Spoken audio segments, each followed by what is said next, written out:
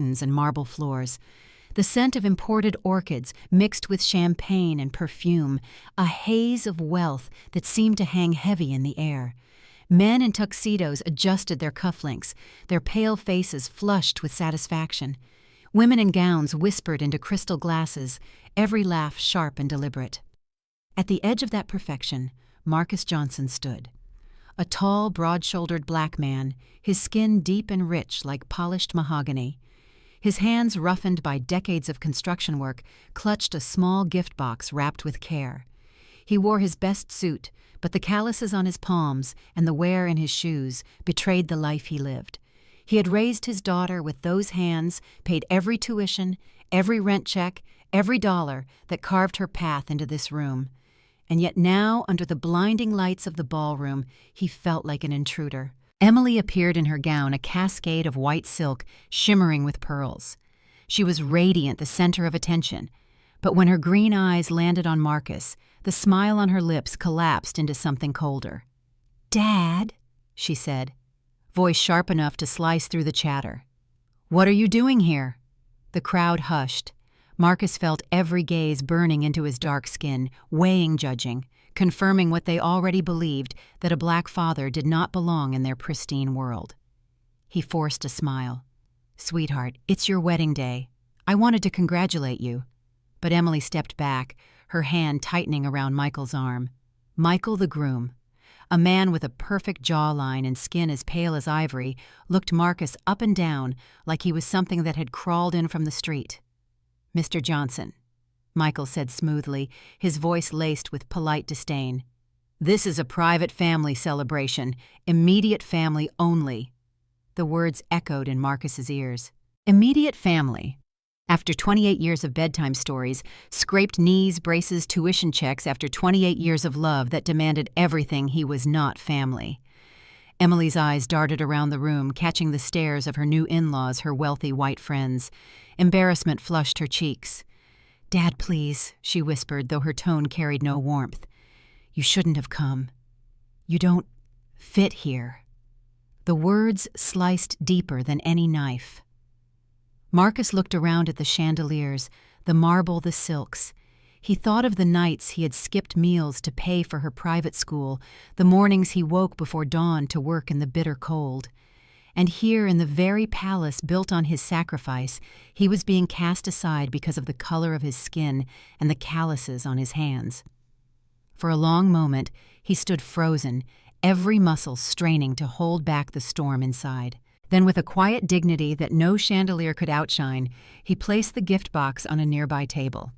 "You're right," Marcus said, his voice steady. "I don't belong here." The silence was crushing. Emily turned away, her dress rustling like distant applause. Michael's smirk widened, satisfied. And Marcus, the man who had given everything, walked out into the night, his dark skin glowing under the harsh neon of the parking lot lights, carrying only the weight of betrayal. Behind him, laughter resumed.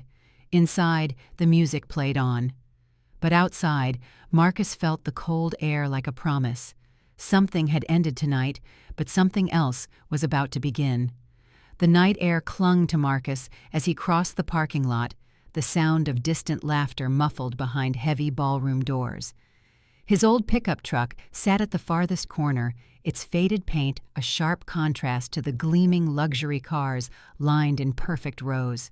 He opened the door, sat behind the wheel, and let his hands rest on the steering wheel. For a long moment, he couldn't move. Every memory rushed back like floodwater breaching a dam. He remembered the day Emily was born, her tiny fingers curling around his thumb. He had whispered a promise into that hospital room, "I'll give you everything I never had." At that time, the promise seemed simple. But as a black man trying to build a business in an industry dominated by white contractors, every step had felt like climbing a mountain with stones tied to his feet. Still he climbed. There were nights when Marcus came home with his back bent and hands raw dust still clinging to his dark skin. Emily would run to him in her pink pajamas, squealing "Daddy." Her hug would erase the aches if only for a moment. Those were the nights he read stories until his eyes blurred, even when dawn demanded he return to work sites before the city awoke. When Emily turned 8, he enrolled her in Riverside Academy, one of the most prestigious private schools in Spokane. He'd stood in line with his checkbook, surrounded by parents who looked at him with thinly veiled condescension. He was the only black man in the room, the only one with calloused hands. Yet he paid every bill because he wanted his daughter to stand among the privileged without feeling less than anyone. The sacrifices grew with her dreams. At 16, Emily wanted a car like her classmates. Marcus bought her a reliable Honda Civic. She wrinkled her nose. "Everyone else drives BMWs, Dad." He smiled, swallowing the sting. 6 months later, he sold a piece of land he'd been saving for retirement to buy her that BMW. College came next. Northwestern University. Tuition housing study abroad in Italy.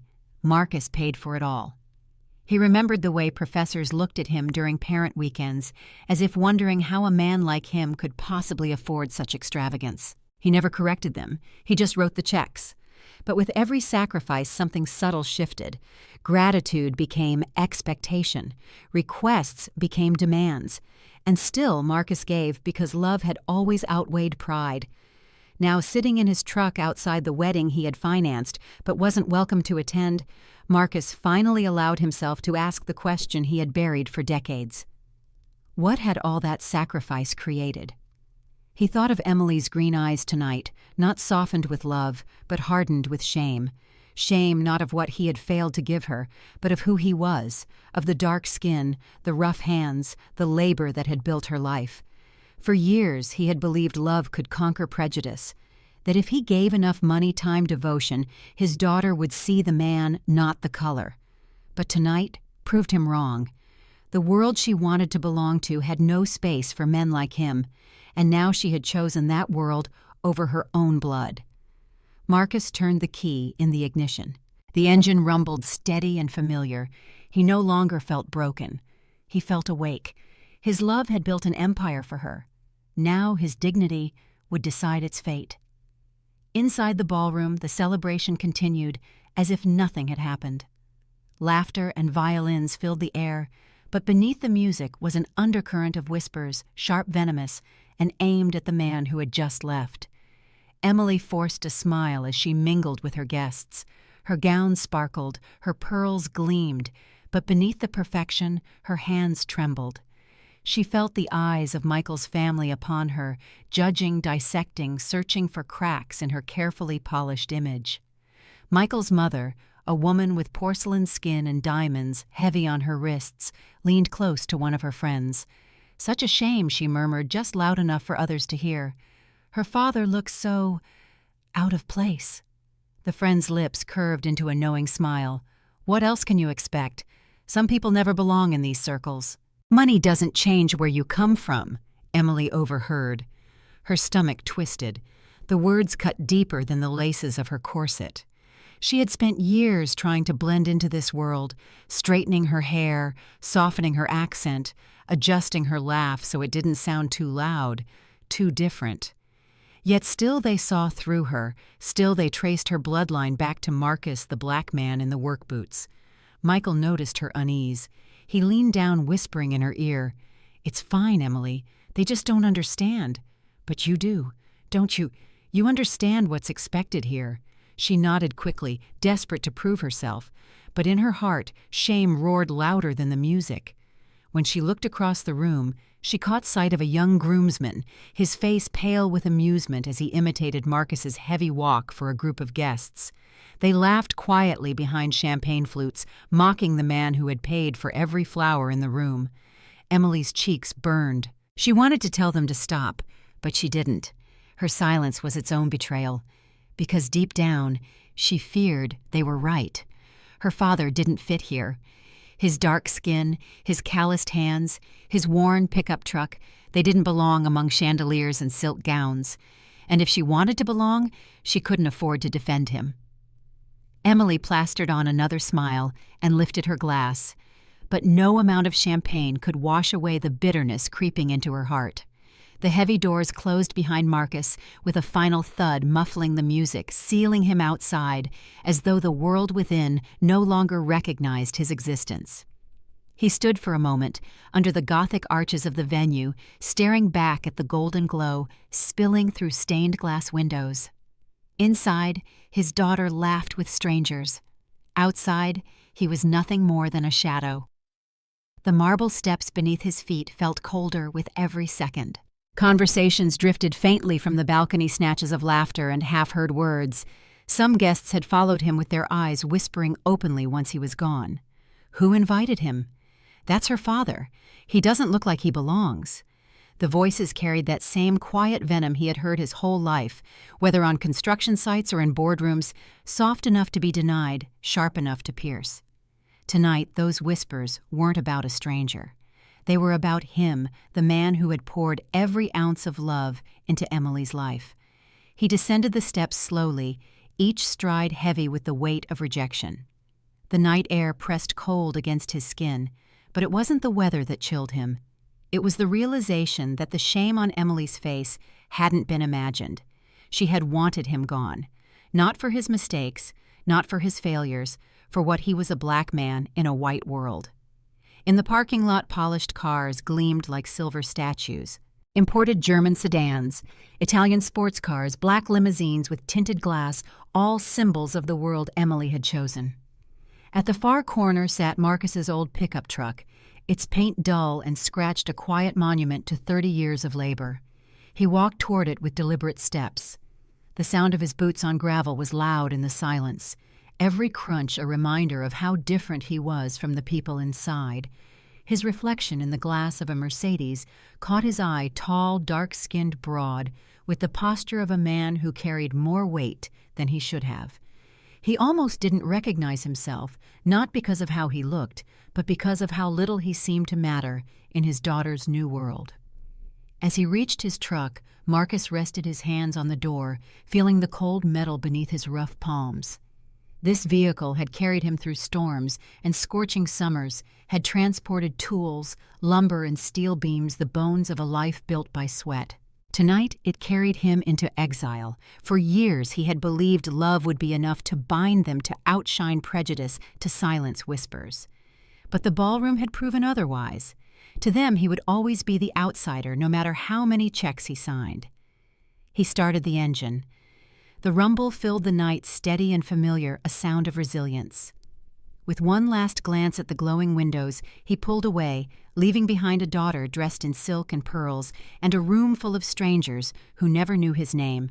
Marcus told himself it was just a wedding, but deep inside, he knew the truth. Something far greater had been buried tonight. Marcus drove through the quiet Spokane streets, headlights cutting across wet pavement. His grip on the steering wheel was steady, though his heart throbbed with a storm of emotions. He had walked away from humiliation before, on job sites where white foremen questioned his competence, in boardrooms where his proposals were ignored until repeated by someone with lighter skin. But tonight was different. Tonight the betrayal came from his own daughter.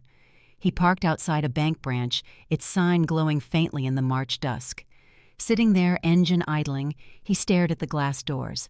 For years, this bank had been the silent witness to his sacrifices, mortgages, tuition checks, wiring money for Emily's study abroad programs.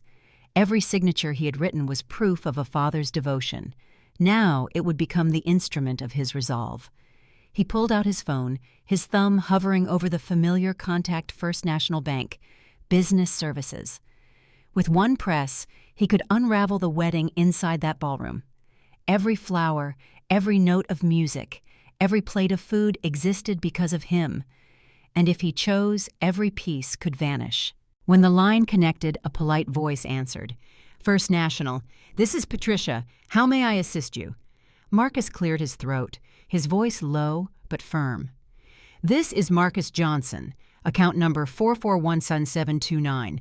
I need to initiate stop payments on all wedding-related transactions." There was a pause. "Sir, these are significant amounts. Are you certain?" His eyes closed for a moment. He saw Emily's face again, not the little girl who used to beg him for another bedtime story, but the woman who turned her back on him because his dark skin embarrassed her in front of her new world. "I'm certain," he said. Clicking of keys echoed through the receiver as Patricia processed the request.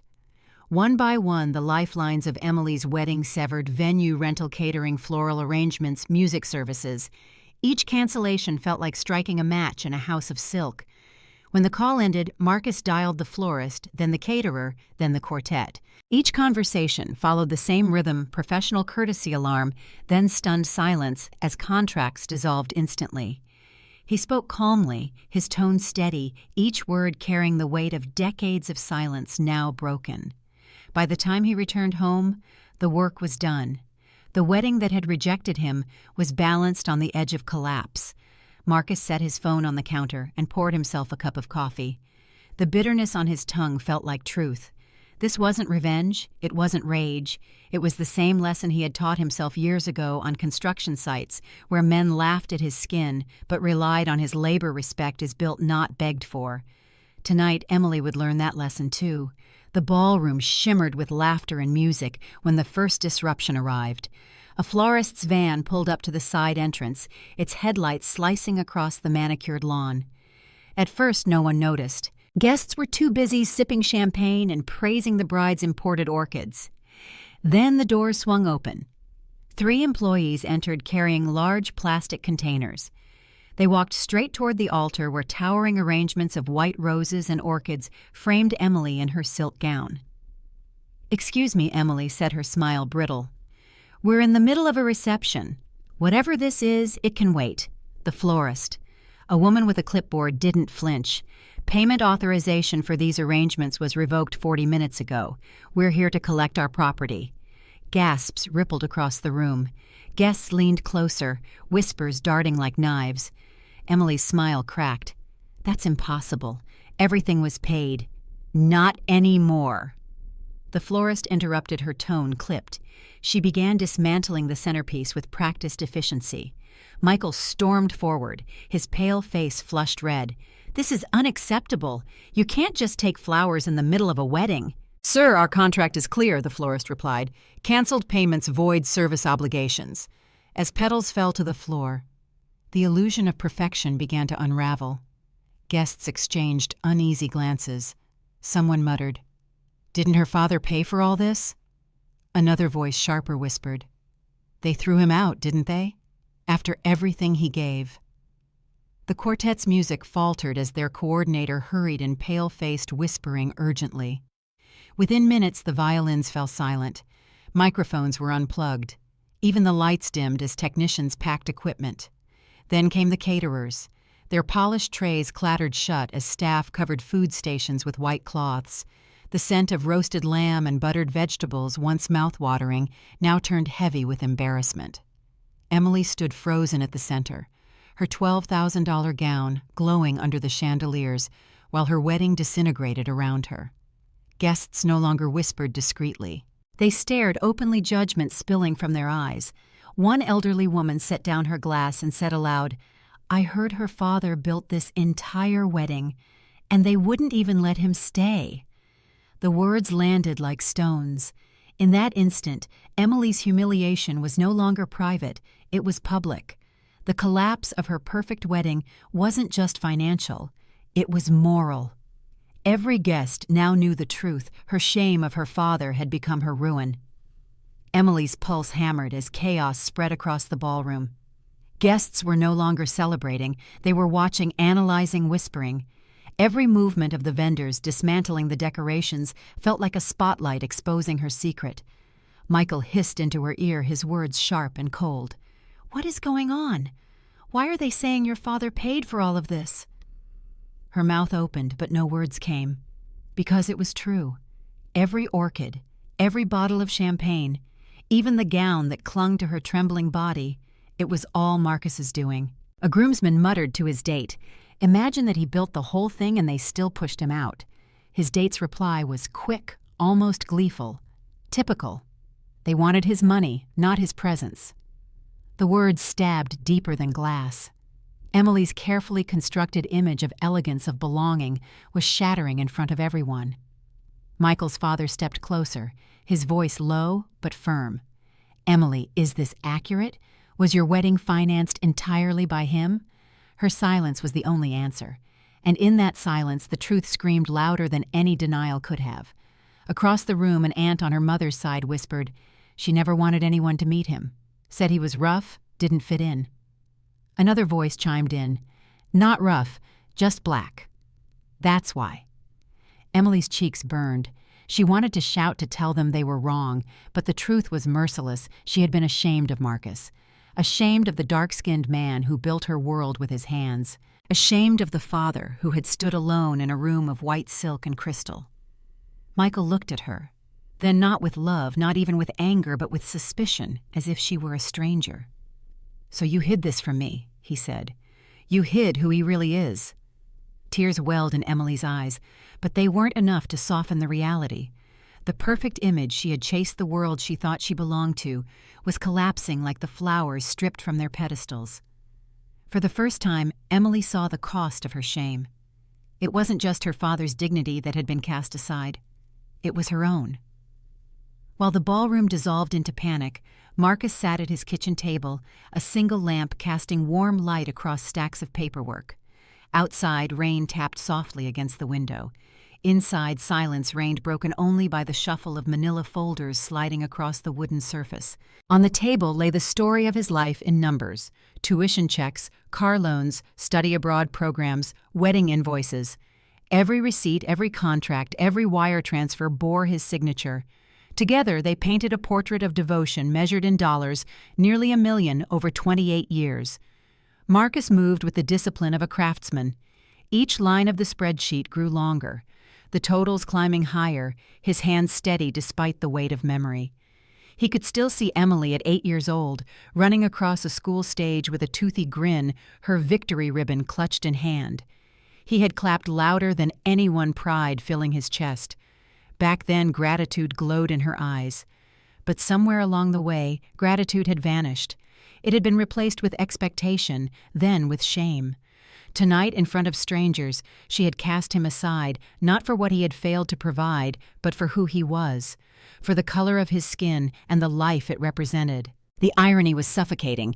Without him, there would be no orchids, no gown, no ballroom. Yet he was too embarrassing to be seen beside her. The same calloused hands that built her world had been deemed unworthy to hold her in public. Marcus closed a folder and leaned back in his chair. He thought of the whispers he'd heard when leaving. "That's her father. He doesn't look like he belongs." He had endured such words all his life. But this time, the cruelty came with his daughter's silence. That silence was the loudest verdict of all. His phone buzzed on the table, Emily's name flashing again. He let it ring. For once, her crisis wasn't his to fix. Marcus picked up his pen and underlined a figure, $937,000. Not revenge, not anger, simply truth. Tomorrow the truth would speak louder than any ballroom whisper. By Sunday morning, whispers had spread beyond the ballroom. Spokane's social circles buzzed with half-truths and deliberate lies. On Facebook, a carefully worded post painted Marcus as an unstable man, a bitter black father who had ruined his daughter's wedding out of spite. The post, shared hundreds of times, described him as a threat rather than a parent, a narrative the city's elite were quick to believe. The Anderson family. Michael's powerful white relatives leaned into their influence. They made calls to charity boards, country clubs, business associations. Their words were chosen carefully, but carried poison. Marcus Johnson isn't well. He lashed out at his own daughter. He destroyed her happiness. It was a story that fit neatly into the prejudices already simmering beneath Spokane's polite veneer. A successful black businessman was easier to view as dangerous than as generous. In their eyes, Marcus wasn't a father who had financed a life of privilege. He was a problem to be managed. Marcus learned of the campaign on Monday when a longtime colleague called. "Marcus, I don't know what's true, but people are talking.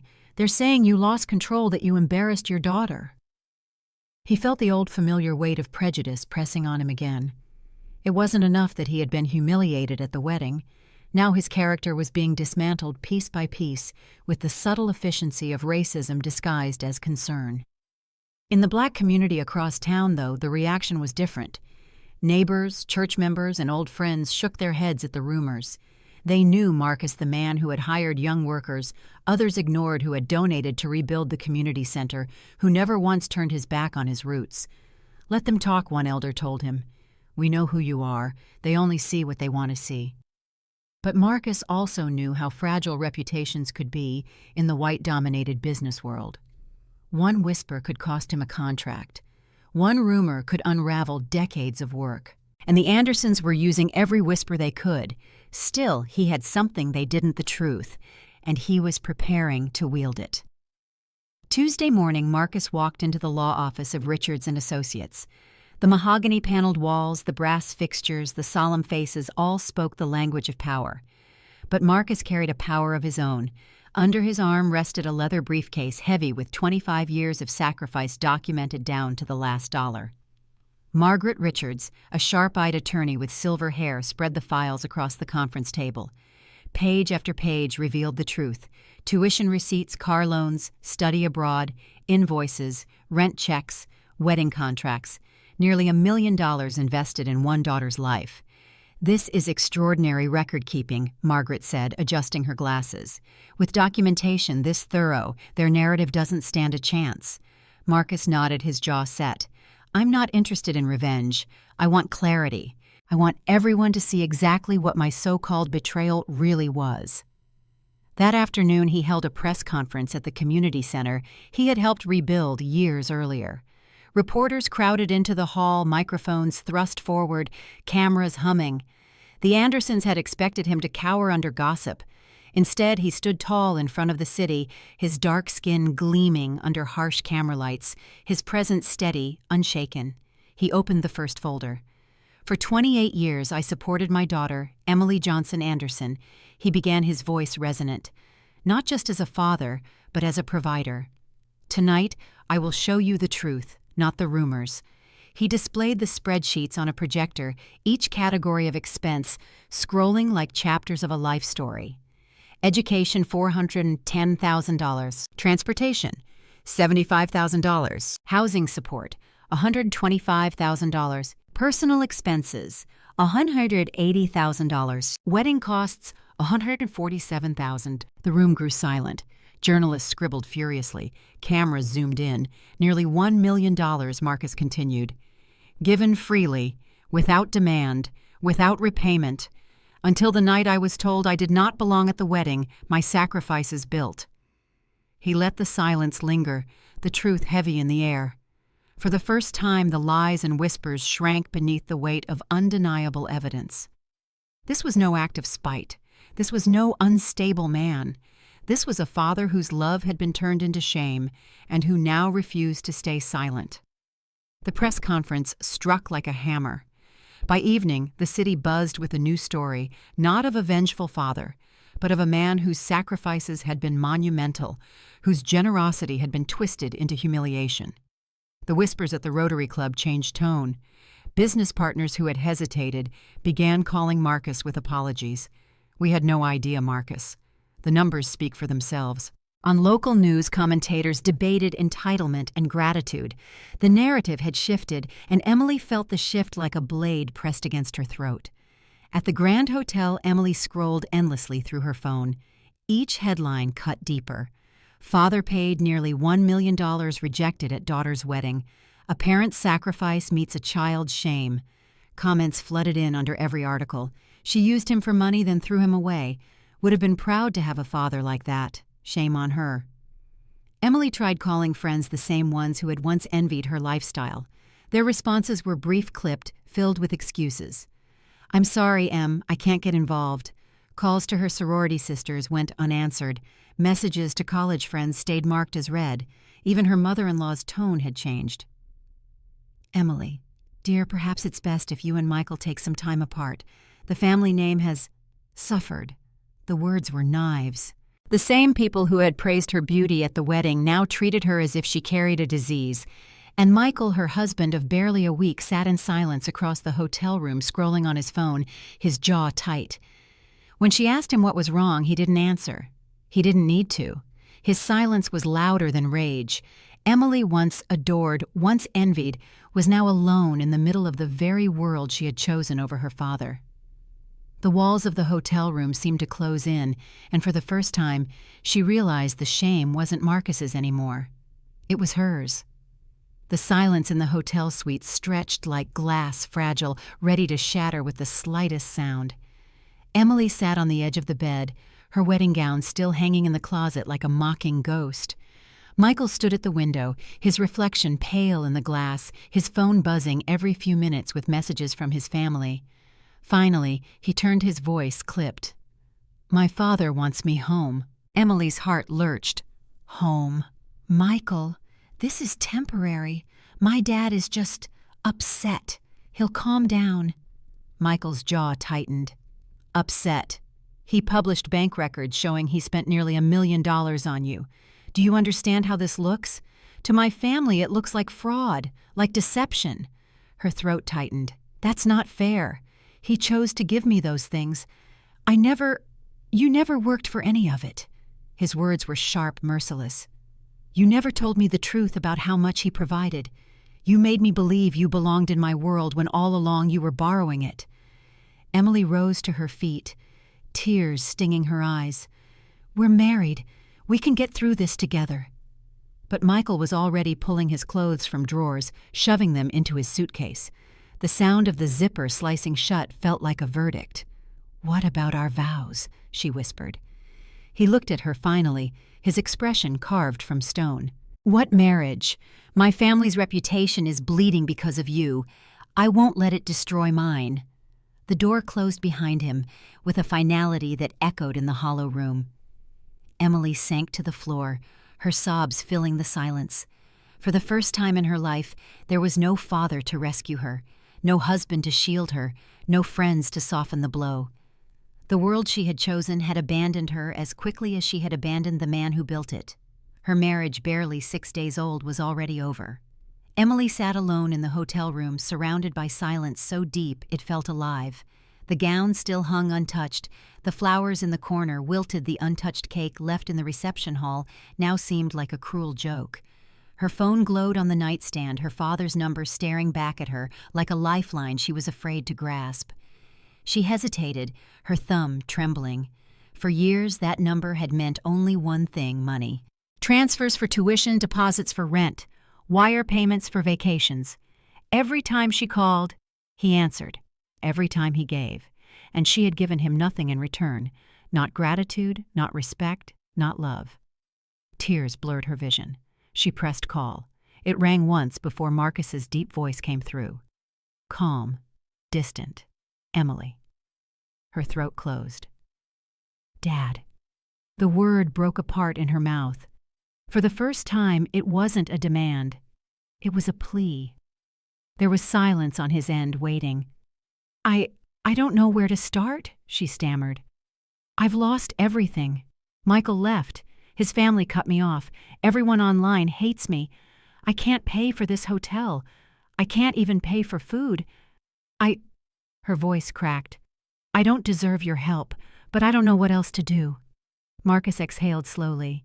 Do you understand why you're here, Emily? Why you've lost so much in so little time? She pressed the phone tighter to her ear, sobbing. Because I treated you like a bank account. Because I was ashamed of you. Because I forgot you're the reason I had any of this. The admission felt like poison drawn from a wound. Words she had buried under layers of pride and pretense finally spilled free. I was cruel. I was selfish. I lied about you. I let them laugh at you. I pushed you away when you were the only one who ever stayed. Silence. Then Marcus spoke, his tone softer but still firm. You remember when you were 8? You hugged me every night after your mother died, told me I was the best daddy in the world. I gave you everything because I loved you. But giving you everything became the reason you stopped loving me back. Her chest heaved. I never stopped loving you, Dad. I just stopped showing it. I stopped being grateful. I stopped being your daughter. The words hung in the air, fragile, trembling, but real. For the first time, Emily confessed not just her shame, but her truth. Marcus sat at his desk, the glow of a single lamp casting long shadows across stacks of documents. On the other end of the line, Emily's sobs had quieted into shaky breaths. For the first time in days, she wasn't demanding, wasn't excusing. She was listening. Emily, he said, his voice steady, if I help you now, it will not be like before. There will be conditions. Anything, she whispered. I'll do anything. He leaned forward, his dark hands folded together. First, you will find work within 2 weeks. I don't care if it's waiting tables or cleaning offices. Pride is a luxury you can't afford anymore. You need to know what it means to earn." Her breath hitched, but she didn't argue. "I understand. Second, you will not ask me for another dollar for 6 months. Not for rent, not for food, not for clothes. You live on what you make. You prove you can survive without me carrying you." A pause stretched across the line. Emily's voice broke softly. "Yes, Dad." And third, Marcus continued, "We will speak once a week, but not as a parent and a dependent child. As two adults, you will learn to stand beside me, not lean on me." Tears ran silently down Emily's face. She clutched the phone like it was the last solid thing in her crumbling world. "I want that. I want to earn back the right to be your daughter." Marcus closed his eyes for a moment, remembering the little girl in pink pajamas who once begged for just one more story. "I'm going to transfer $1,000 into your account," he said. "Enough for a week at that hotel and some groceries. After that, you're on your own." "Thank you," she whispered. "I know I don't deserve it." "You're right," Marcus replied. "You don't. But everyone deserves one chance to grow up even at 28. The silence between them shifted. For the first time, it wasn't filled with demands or resentment. It was filled with something fragile, but real possibility. Emily checked out of the hotel with trembling hands, clutching the envelope of cash her father had wired. It wasn't much, barely enough for 7 nights in a cheaper motel and a bag of groceries. For a woman who had once measured her worth in luxury brands and imported champagne, it felt like nothing. But it was something she had never held before her own responsibility. She dragged her suitcase through the rain to a small motel off Sprague Avenue. The neon sign buzzed half the letters dead, but the room inside had a bed, a desk, and a single lamp. It was more than she deserved. That night, she opened her laptop and searched for jobs. The listings felt alien. Cashier, receptionist, housekeeper, waitstaff. Each one required effort she had never given. She filled out applications clumsily, her fingers hesitating over words like work history. For the first time, she confronted the blank space where her adulthood should have been. Meanwhile, across town, Marcus sat in his truck outside a construction site. Workers in hard hats moved steel beams into place, their movements precise and purposeful. Marcus watched, remembering the decades he had done, the same rain soaking his back, sunburning his skin, racism, dogging his every step. He had built not only buildings, but also the life his daughter squandered. Yet as he sat there, something shifted. For the first time in years, he wasn't thinking about what he owed her. He was thinking about what she might finally owe herself. Days turned into a week. Emily picked up a job bussing tables at a diner. Her hands blistered from carrying trays, her back ached from bending, and her feet burned after double shifts. But every aching step felt like a kind of penance. Customers barely noticed her, but when she clocked out with $45 in tips, she held the bills like treasure. One evening she called Marcus. Her voice was tired, but different, stronger. "Dad, I made $60 today. It's not much, but it's mine." For the first time in years, Marcus smiled at the sound of her voice, not because she had money, but because she had begun to understand its value. The journey ahead was long. Trust would take years to rebuild. The scars of betrayal and shame would not vanish overnight, but beneath the pain lay the faint outline of something new, a chance for growth, for dignity, for love that was no longer one-sided. Marcus closed his eyes and whispered into the silence of his home, "Maybe now, I can respect you too." And Emily in her motel room, with blistered hands and a humble paycheck, felt a fragile ember of hope ignite inside her. It wasn't relief. It wasn't redemption. It was the beginning of both.